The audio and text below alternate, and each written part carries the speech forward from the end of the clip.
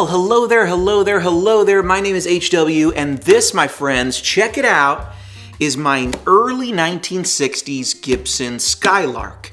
Now, the reason I say early 1960s is I'm not exactly sure what year it is, but it must be before a 65 and after a 1960. Maybe even after a 1962, I'm really not even sure. When they started making the amps in this, what they call Crestline version. So this is a Gibson Skylark Crestline kind of version of the amp. It's a GA5T, and T stands for tremolo. And tremolo is right there. It's got one tremolo control where you control the frequency or the speed. And then it's got the loudness control. And then it's got an on-off switch, and that's it.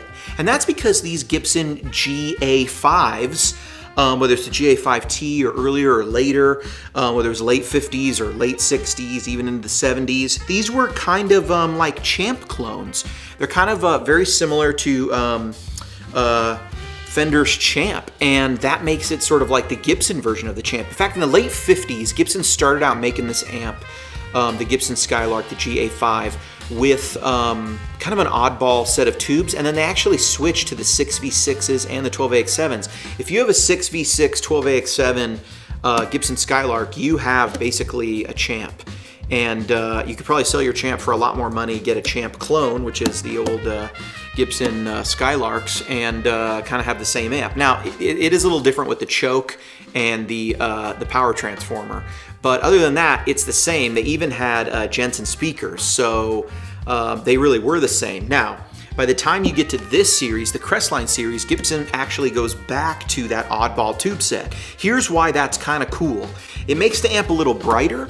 I don't mind that, and I really enjoy that right now it's super easy to find vintage NOS tubes for this amp, because no one out there in guitar world is focused on trying to secure 6A Q5 or 6 tubes. Like nobody is looking for those tubes unless you have like a Gibson Skylark like me. So I actually just bought some for this amp because I'm keeping this amp.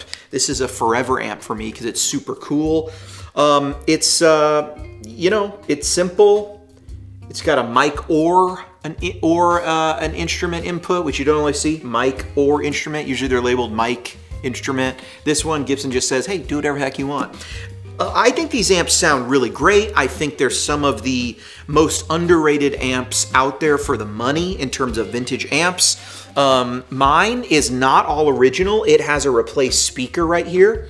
And this is a Blue Label Fender. Now, to me, this actually is probably, maybe it's a better speaker choice. I don't know if it's a better speaker choice than what was in here before, but the ones in the late 50s have Jensens, and it seems like that was the amp was what they were designed for. Once they switched to the Crestline series, they begin using Rolla speakers, and I have Rolla speakers in a bunch of my amps, but still some of the larger amps in this Crestline series still had Jensens. So what does that mean? I don't know. It means, I don't know, either Rolla couldn't match Jensen's price and Gibson didn't want to pay more money, or who really knows. But to me, it probably makes this amp a little bit brighter, and it makes it very cool. Now, that also opens up this discussion. What is the best speaker for this amp? And so when I was profiling this pack, I decided, well, since we don't have the original speaker, let's experiment a little bit. So I actually gave you 3 speaker choices.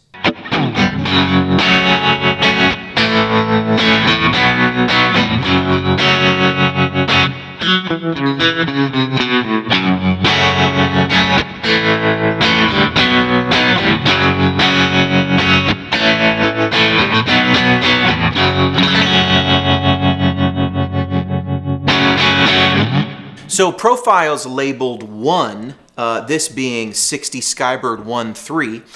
1 means that I used for the profiles the Blue Label Fender speaker that's in there. And it's going to give it a brighter, sort of Fendery sound. You could almost mistake it for a Fender of that day. It's going to sound a little brighter, snappier. Here I am on the bridge of this telly. Sounds like this.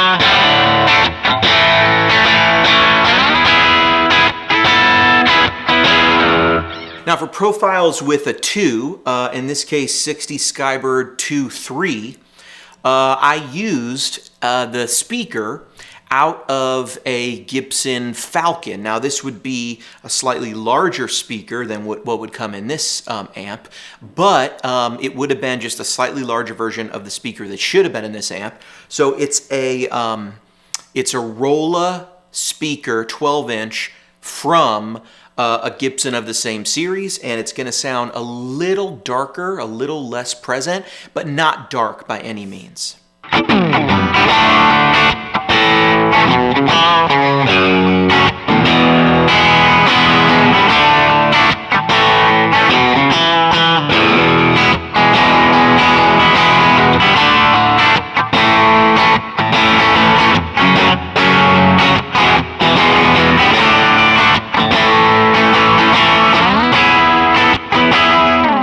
And my friends, last but not least, because HW loves you, the 60 SkyBird 3.3 is going to give you this wonderful circuit through the 15-inch JBL in my 1964 Fender Vibroverb. Why? Because I love you.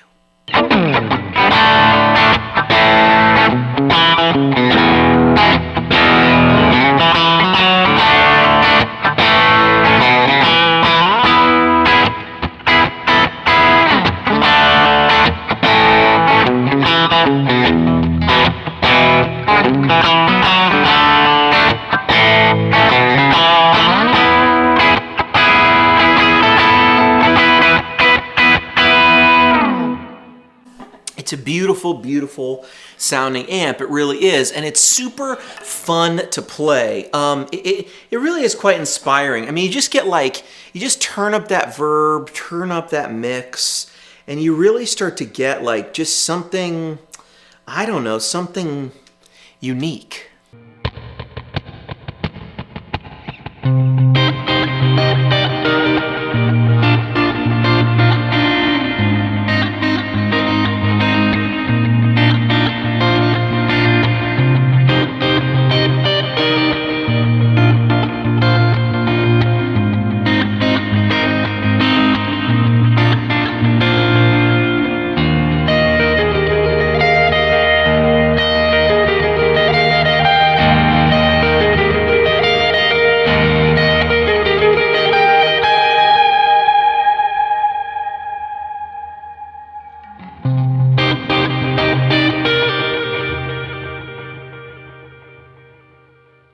Well, I've been HW. Thank you so much for watching Tone Junkie TV. I hope you thoroughly enjoy this pack, and as much as I enjoy the amp, that is always my hope with these Kemper Profile Packs. It cleans up really nicely too. Would you like to see? Well, I'm going to show you anyway, even if you don't. I've been HW. HW, out.